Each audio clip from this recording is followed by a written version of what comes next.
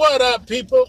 So I said last night that I would jump back on tonight because I said I will be more consistent in delivering some good news. So before I get started, I'm everything I'm doing on Facebook Live. I'm also uploading it on YouTube, so you can go back on my YouTube channel, Ray the Promoter with an APROMOTA. I don't know. Yeah. So Ray the Promoter. That was tough, and and see there and share it with your folks. You know what I say, like, share, and subscribe. So today I'm actually saying like, share, and subscribe. You see my vent going back, my shade going up in the back because I got my light on and I don't want people all looking in the car. Anyway, so today I just wanted to, last night I was talking about having fortitude, the ability to stand in the face of adversity. So today I'm talking about how to succeed in life through planning, or the wisdom of planning. Now, once again, because y'all know I believe in God and I read the Bible and I utilize the information that's there. The Bible says wisdom is the principal thing. So get wisdom.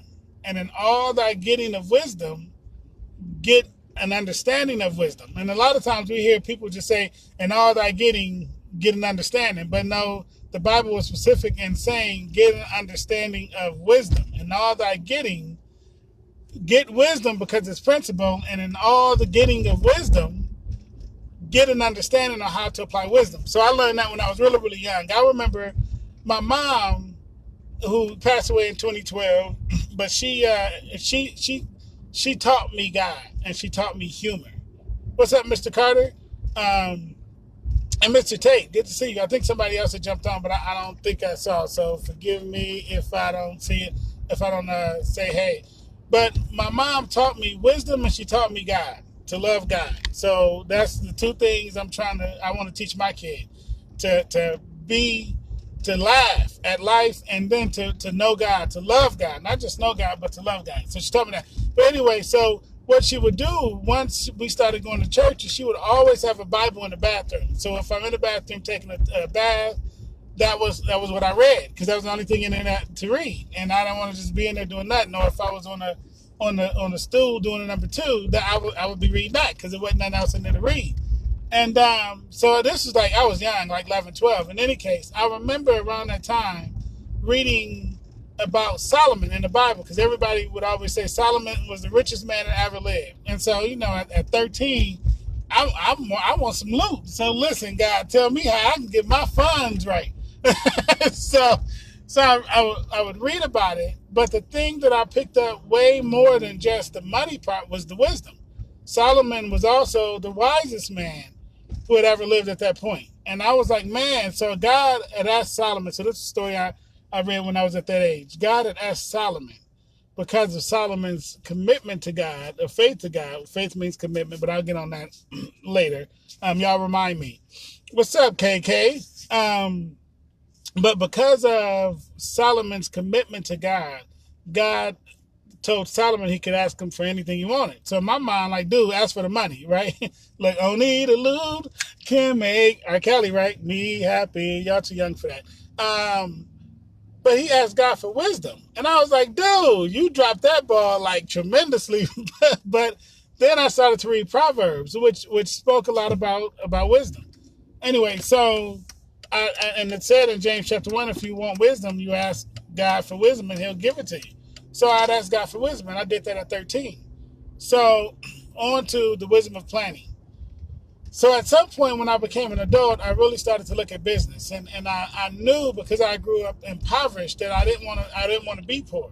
And so I was like, I need to be able to handle money and business and people in such a way that I could become wealthy, or I could live the life that I wanted to live. I don't have to be super rich, but I could live the life I wanted to live. And my thought always was, I wanted to be able to swipe my debit card and not worry about, what I'm buying and if I got enough money to buy it. So that was like always my goal. So it don't require a lot of money to do that, but it requires some money, right?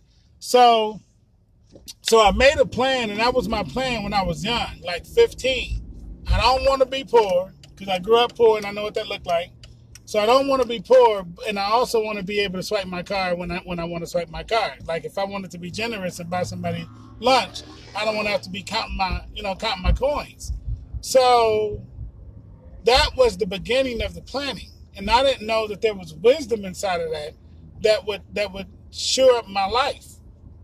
So over time and planning and those plans having come around and work, the more I planned, the more they worked. And the more those plans worked, the better life became for me. So I went from hosing the shoes, running electricity from neighbors' houses when I was a kid, to now being successful. Now having, what do we have, 3 businesses and getting ready to start another one. Everybody know me know I'm always on the grind because I'm 37 with a retirement age of 40. Check me out.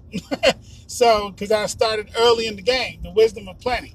So now, and I don't want to take, what's up, buddy? And what's up, Steve? I don't want to take all night because yesterday I was on for like 30 minutes. I don't want to take 30 minutes of y'all time. I know y'all got to eat and I got to eat. Then none of y'all invite me over for food. So that means I got to go get some food unless the wife cooks. And she got 2 kids at the crib, baby. So I don't need, anyway. So, but the wisdom of planning. So this is what I do.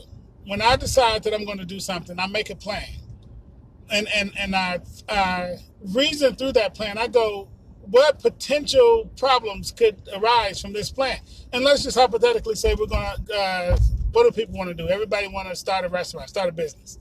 So what potential problems could arise from me starting a business? Well, number one, the business could fail, right? So that's a potential thing. So I put it on the list. It could succeed, and it could actually become more successful than what I'm able to handle. So my business now then fails because I have way more customers than I have employees to be able to handle it. I could run out of money. It could do what I wanted to do.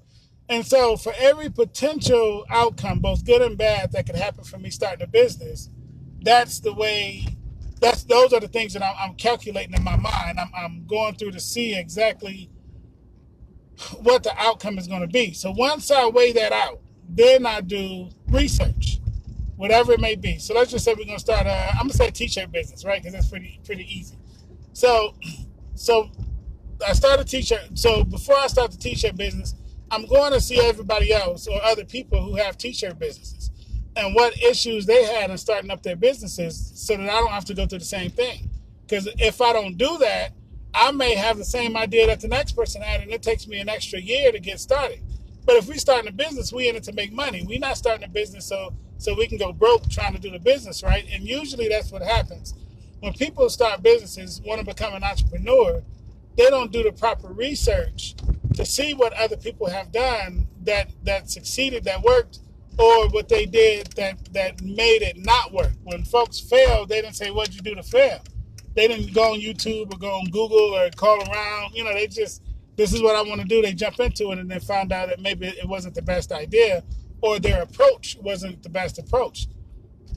So I go through all of this. I'm looking at folks in Atlanta and Detroit and San Diego and Houston. I mean, everywhere I can get to, every market I can get to, because I want to see what people are doing, especially the ones who are succeeding. What's the commonality between the 15 or 20 businesses that I looked at who are successful? What's the commonality between those two? Because I want to start on day one with those things in place, not the stuff that's going to have me running in circles for a month. So once I get done with that, so number one is planning this business, deciding I'm going to start a business, and then looking at all the possible goods and bads. And after I do that, I decide whether or not I'm going to start it. And if the goods outweigh the bad, I'm starting it. Number 3 is the research. Then I do all my research, like I just said. So after I get through all the research and see all the other people who own the types of businesses that do what I do, then at that point, now I'm looking at funding, right? So here's the part where most people fail. I'm not going to say fail. This is the part where most people stop because they don't have the money to start businesses.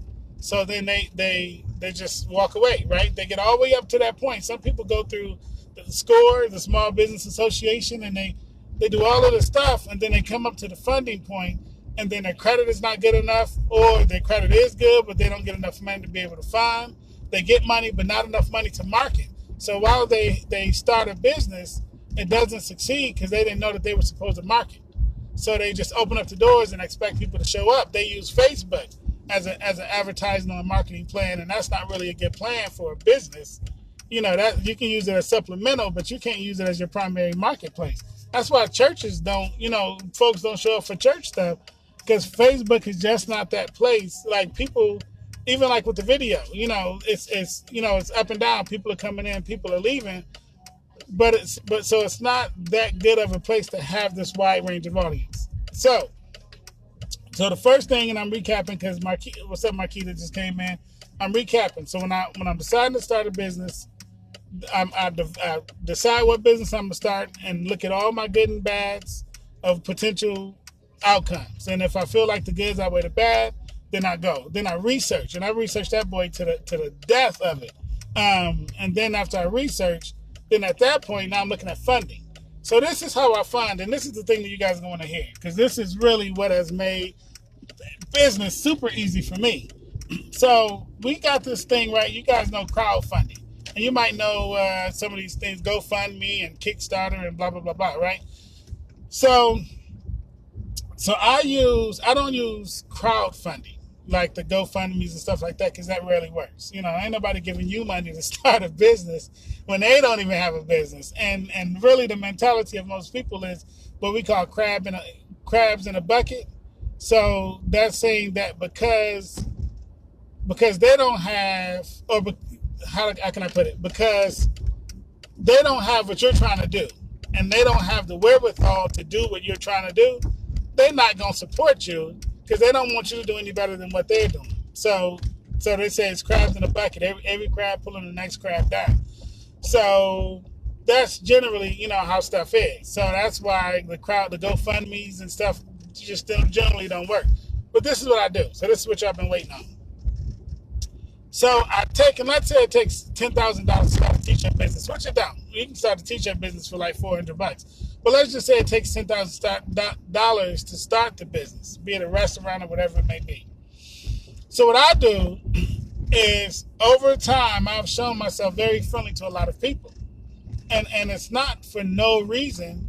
It's for times like this, and a lot of folks, and once again, church people just don't understand the long game. Everything is all about the short game. We're going to go sell a chicken dinner today and take all the money today and dump it on something, but they're not looking at the long term of what can potentially be gained. So this is what, let's say it's $10,000. What I do is I break it down incrementally, because I'm very systematic in how I do what I do. So if it requires me to have $10,000, I'll do one of four things. Number one, I'll go find somebody to give me $10,000, or if I don't have it. But I'll go find somebody to give me $10,000, which is not very likely. So the second option is I can break that $10,000 down into 1,000. So I go find 10 people who will give me 1,000. Now, for the friends that I have, that's much more doable. Honestly, I could probably get one of my friends to give me 10 grand. But to the average person, 10 people having $1,000 is much more realistic. But most people don't have it available, right? Even if they got it, they're not going to give it to you. They're not going to let you borrow it. So then the other option number 3, is I can take 100 people to get $100 from them. So that 100 people giving me $100 gives me $100 or $10,000, right? And so the fourth option is I can find 1,000 people that'll give me $10. Now that right there, anybody can do. Is find 1,000 people that'll give you $10. One person tried it, and what he found was that, and I showed him what he was doing wrong. So what he was doing was he would go up to the people he knew, or just random people. I go up to random people. I don't care who you are, but he would go up to people he knew, and he would say, "Hey, let me get $10,000. Let me get $10. Will you invest $10 into my business? Because I'm starting a business and I need some startup money." And people were not giving him any money. So he's like, "Man, it's $10." So he got really discouraged. He couldn't understand why people were not, he's in his mind. He's like, "It's just $10. Invest $10 into my business." And he's, he wanted support black business, so you want to support small business, but nobody was biting. So he was saying to me, well, it doesn't work. I tried it, Ray, and it doesn't work.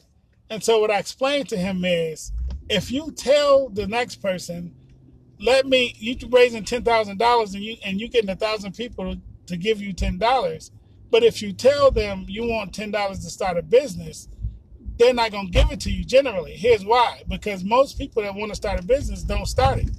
They talk about it, but they never go to the action. So nobody wants to give a person $10 under the guise of starting a business that they'll never start. What's up, Javon? So nobody wants to give somebody $10,000 or $10 for a business that they'll never start. So so many people have tried to start businesses and failed. That business starting endeavor to most people, and Javon is a business owner, so Javon know what I'm talking about. That business starting endeavor has just kind of rubbed everybody the wrong way. So what I told him is, go find your 1,000 people and don't say, hey, I need $10 to start my business. Do what I do. This is what I do. I'll say, hey, Javon, let me get $10. Boom, that's it. Javon be like, all right, $10, right? Cash at me $10. Shepherdess Butler's on here. I'll be like, hey, and I'm gonna come to her like Ivy. I ain't gonna even say Shepherdess Butler. Hey, Ivy, let me get $10. And she was like, cool. So I could probably with her, let me get $100. But I can go to people and even random people. I'm like, hey, let me get $10. So people don't even ask what you need $10 for. Like I could come up with $5,000 honestly in about 2 hours. I was like, hey, cash at me. So I'll do one better. And Javon might remember this. A year ago, I was gonna buy a keyboard. The new Yamaha Modi X8 came out. Phenomenal keyboard. I was like, man, I want this keyboard, right? So with my discount at Guitar Center, so I teach for the discount. So my discount at Guitar Center brought the keyboard down significantly, but it was still like, I'm still having to come out $1,500 almost for the board, but I didn't want to pay $1,500. I already had a board, but I wanted that board, but I didn't want to spend $1,500 for it. So I just jumped on Facebook and was like, hey, here go my Cash App. Everybody just shoot me $5. And so I can get this keyboard. So I took a picture of the board, took a picture of the price, put my Cash App thing up. Do you know I had like $400 more than what I needed in order to be able to get the board? So I was shocked that the amount of people, and there was folks all over the country that was sending. I was like, dang, is that a testament to to what I've done as far as being impactful, or are they putting this $5 out and they're gonna be asking me for $100 here pretty soon? So in any case, it is what it is. But so I said that to say that people will give, just out of friendship, out of even acquaintances, give. Let me get $10 because nobody really, and this is kind of how, and Javon said, but people got to like you before you ask. I'd agree to a certain extent, and that's what I was getting ready to go into.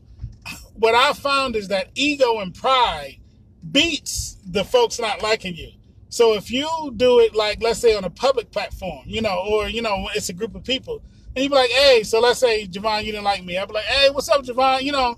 And people nowadays are passive aggressive. Like, if I don't like you, I just don't like you. And it ain't very many people I don't like. But if I don't like you, the people I don't like know I don't like them. They know I don't fool with them. I'm finna get unsaved real fast. I'm so cold with it that I don't deal with you and anybody else that deal with you. So if I'm cutting somebody off, then you got an option. Either you get cut off with them or you cut them off too. Because listen, I ain't got time for no foolishness. I got kids. Man, anyway, so I'm venting. I'm over that. So, but if I come into a group and people don't like me passively aggressively, and I've been there before, and I'll be like, hey, can I get 10, from everybody to get this thing that I'm trying to work out? The people who like me give me 10, but the ones who don't like me don't want to look like they don't have no money.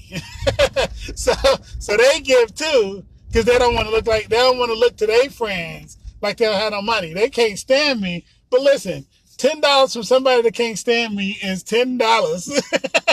And that's just the reality of what it is.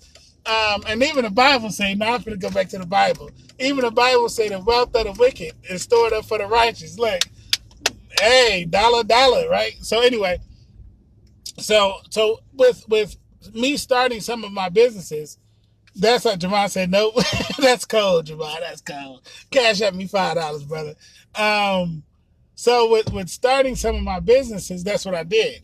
Was I found people? I just went up to people and grabbed, hey, give me such and such, because the what I found, especially in the Black community, is tons of people have phenomenal ideas, but they just don't have the revenue to be able to do it. And if you don't have a circle who can financially help you start something, then the only other option that you have is either to save the money. And the reality is most people are working check to check, and even if it's not check to check, they don't have enough disposable income to save enough substantial amount in order for them to be able to start that business before they get great. And so obviously, the individual must be trustworthy and believe in you. That's absolutely true. And there's some exceptions to that. One of those is, even when folks don't like you, and they're around a group of people, they, you put them on the spot. And so let me tell you, okay, so I'm a segue to tell y'all where I got that from. And I'm naming, I'm going to name some names. No, I ain't going to name some names. So I used to play for this church, and the pastor didn't like me. So it didn't start off like that, but over time, because I'm so vocal, I don't mind saying, look, y'all suck. Y'all be playing church and y'all don't believe in God. Listen, because when it comes to God, I'm God all the way, like all the way. So ain't no play for me. And I feel like when you say that you're a leader of a church, that's the criteria. So you don't come to me half-stepping, talking about you my peer, like you leading something and you not. No. Keep it moving. So those are the people that Javon said, but I like you. So if you want to start something, I help. I know. And Javon, I got you back. But those are the people that I cut off, because I want to make sure that folks don't think that I'm that kind of cat. Like, I'm not gonna manipulate and misappropriate somebody's money. And I feel like if you're taking the church's money, you need to go get you a job. That's what y'all need to do. Any pastors on here that ain't got no, listen, Ivy, tell them. Anyway, all right, so I'm back. Anyway, so what happened was the pastor didn't like me. And so, and I was doing this like fourth Saturday musical in Elkhart. So what we would do is every fourth Saturday we would host it at a different church, and that choir would be the host choir. If that choir wasn't available to be the host choir, then what I would do is bring another group outside of the city in. But sometimes there wasn't a church that was available. They have stuff going on. So the church I was playing for, I was like, well, I'll just host it whenever no church is available. I'll host it at the church I was playing for, where the pastor wasn't trying to have that because he was all about money. So he was like, okay, you can do it, but you got to rent it, the $250 that everybody else got to pay. And I'm like, bro, I'm not paying $250 for a church I played for. So that's not the question. So, but in the meeting, he was saying, this is what it is. And I was like, all right, cool. That's cool. I ain't gonna trip. And so I left it, and he thought that I agreed. So I went out and we had choir rehearsal right after that. So I was like, hey, choir, so this is, what do you guys think about the fourth Saturday musicals? Because they all used to come. So what do you guys think about the fourth Saturday musicals? And they were like, man, we love it. And I was like, okay, so on the months that we don't have a host church, what do you guys think about having it here? So, and that was one of those months. They was like, oh, absolutely, such and such. I said, okay, so just y'all let the pastor know, this is what y'all want. So the pastor comes in a little bit later, to get these are the songs we're going to sing on Sunday morning. So the choir director says, or the president, I don't know what the formality is with choir structure. So the person who's that delegate says, hey, pastor, we just want to let you know we want Ray to have his thing here, such and such. So now he know the meeting we just had. And he fuming, but he not going to let them know that. So when they said we're going to have it here, he was like, okay, yeah, that's fine. So at that point, I realized that even if people don't like you, they're generally going to roll with the crowd, the consensus. And that's really a good thing, But in the case of grabbing money to start your business, that's a great thing. So I digress. So I'm just recapping, you guys. So when I'm starting a business, I come up with a plan and I look at every possible thing that could succeed or that could cause it to fail. So I map them all out and everything I can think of. That way I don't get shocked. Like if something happened, like, oh, okay, I knew that could happen, so I'm not surprised. So that and what that does is by looking at the potential goods and bads, when it happens, it don't take the wind out of your sail. Like a lot of times people get dinged and they're like, man, now I want to quit. But if you already knew that had the potential to happen, then it's like, oh, well, I figured, and I knew it could happen. But you've already planned through how you're going to work your way out of that. So instead of waking up that morning now having this deficit and having to start from scratch on figuring out an outlet, you already had an outlet plan. You knew that was a possibility. So create the plan or decide what you're going to do, and then look at all the positive and negatives. And once you've done that, then research and do all the research that you can. I have found that there are people that go to school for, years to become experts at things. But if you research enough, you too can be an expert, and you can be as expert in that thing as they are. I know because I've been there. Like whenever I sit on boards, different organizations. So whenever there's a topic that comes up, like on the agenda. So this is what we're going to, on the sheet that I get, it says, this is what we're going to talk about at the next board meeting. If I don't know anything about that, I research. So I spend like 3 or 4 hours before the board meeting. So that way, when I get to the meeting, I know if they bring an expert in, I know I'm with him. I may not know everything he know because I only had 3 hours to study, but we can have a conversation. And so when it's time to make a decision after that person has left, we're now deciding on what we're going to do, I am usually the expert in the room because I've done enough research beforehand to not be that guy. So it's good to research, and you can be an expert overnight. Like people say they say it take years, but it don't take years. Listen, my wife would tell you, I will sit in front of a computer at 3 a.m.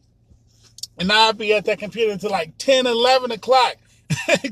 For the meeting that's at noon, then I always say the same thing. Let me get up and get in the shower so I can be on time, and I'm never on time. So after the research, I digress. So get your plan, figure out all the goods and bads, do your research. After you do your research, now we're looking at investing or funding. So find some funds. So either you save up the money yourself, or you find somebody, and I use the example of $10,000. You find somebody who can loan you $10,000, or you find 10 people that'll give you $1,000. And for me, I usually say give. I don't ask for loans because I don't want to. I mean, I'm gonna do right by people, but I don't want to know that when I open up my doors, I automatically owe somebody back. So that's not. Of all my businesses, I never took out a loan. Never took out a loan ever. So from day one, I own everything. And my only obligation is to do right by people who helped me get to that place. And listen, fair is a thing. That's God's. I say God requires 2 things from me. For me to love him and love y'all, and to be fair. Be fair, be right by folks. Don't treat people bad, and don't try to get over on folks unfairly. So after you do your research, you do your investment. So one person at 10,000, 10 people at 1,000, 100 people at 100, or 1,000 people at $10, which is very easy to do. Now it's time to start the business. And whatever the business is, so this is now the most important part.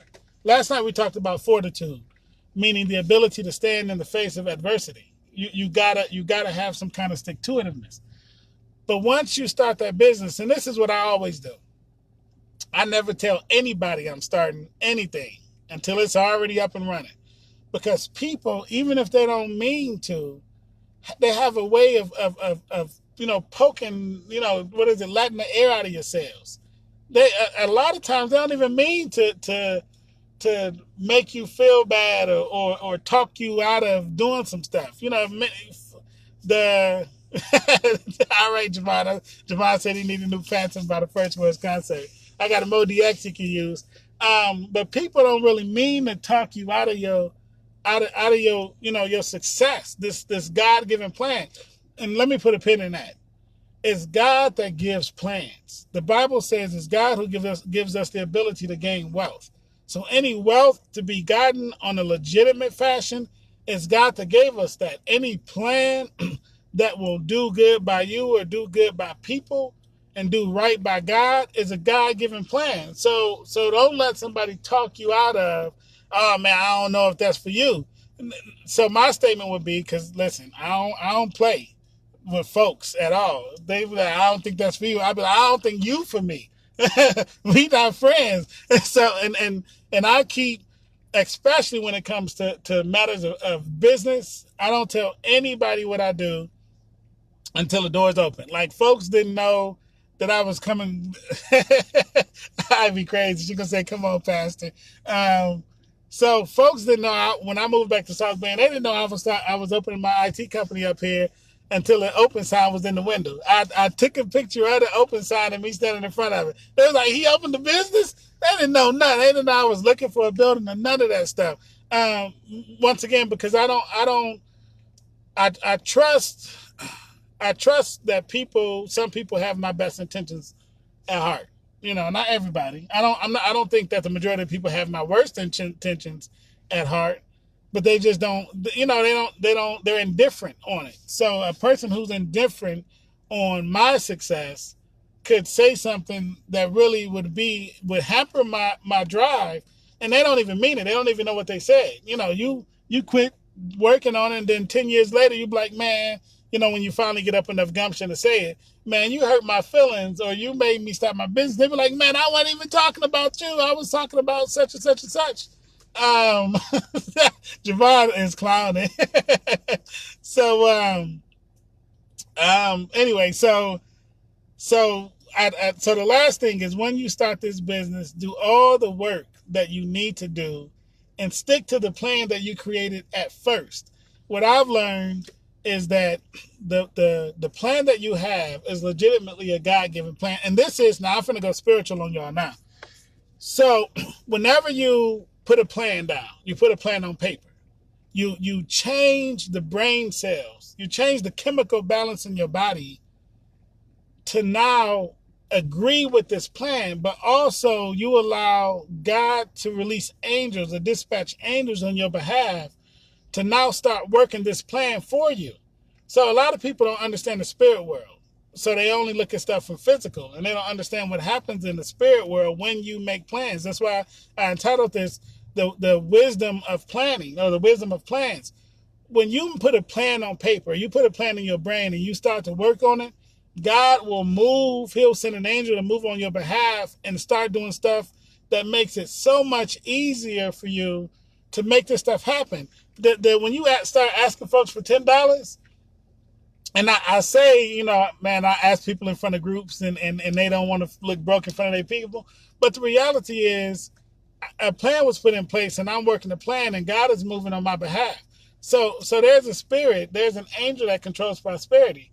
And there's an angel that can open up people's hearts to have compassion upon you, that will open their purse strings, that will put you in a place that you would not be able to get into in no other fashion. Or the folks that hate your guts being the people that give you 20 instead of giving you 10 because they felt compelled to do that by God. People that were your enemies that wanted you to fail now becoming your friends and being your biggest assets in your success. So by enacting this plan, your brain chemicals change and you become now a business owner. You start owning from that day, but God starts moving on your behalf from that day. And so when stuff comes in to knock the air out of your cells, to knock you down, to stop you from moving, because now you're aware. You've heard me say it, and it's true. It's true, y'all. You've heard me say it, that now it's angels moving on your behalf. And when it looks like it's not going to work, that's cool, because you know what you got? You got that plan. And that plan, when you sat down and wrote that plan, that was you and God. Both of y'all was penning that thing out, putting that stuff there. So no matter how off track it look like you're doing, trust the plan. Trust the plan. Stick to that thing. Like for me, so we starting this. Well, I've always had our nonprofit, the Music Academy. So we're ramping this thing up, and it's a plan that's in place. So no matter how many no's I get, at the end of the day, I'm gonna reread that plan, and I'm a make sure that everything that I put on that plan that I said that I was gonna do, that I've done it. Because I know it don't matter how it look. It could be. Listen, one time. So now, because I got a lot of stories. God has done some stuff in life. So one time we had we when we first got into real estate, we owned, and we didn't really know about property taxes. We just got in, so we getting loot, we spending loot, me and my wife. so property taxes come up. So if anybody like no property, that one is enough, but take like 5 properties that at $700 every half year, so $1,400 a year. And at that point, I think we had like 5 properties. So you got $7,000 that's due, and we just spending, and then all of a sudden this $7,000 due. But we didn't pay the first year, so we was a year and 3 months into it. So then we realized it wasn't $7,000 because a whole other tax bracket had come through. So it was $7,000. It was like $8,400 for the first year, and like $4,000 for the second year. So it was like $11,000 to $12,000. So I'm like, man, we're gonna be in the poorhouse. We're gonna lose some properties. We're gonna do that. So this is what I did. And we didn't have it, y'all. We did not have. We spent what we had in acquiring properties and getting them fixed up. We wasn't, balling like that. Shit, we were still driving. I don't know, little Pontiacs. So we didn't have it. And I'm so at some point, and I was nervous, and I don't really let people know when I'm concerned about stuff, but my wife knew I was concerned, we didn't have it at all. When I tell you, it was nothing that we could do to be able to get that loot.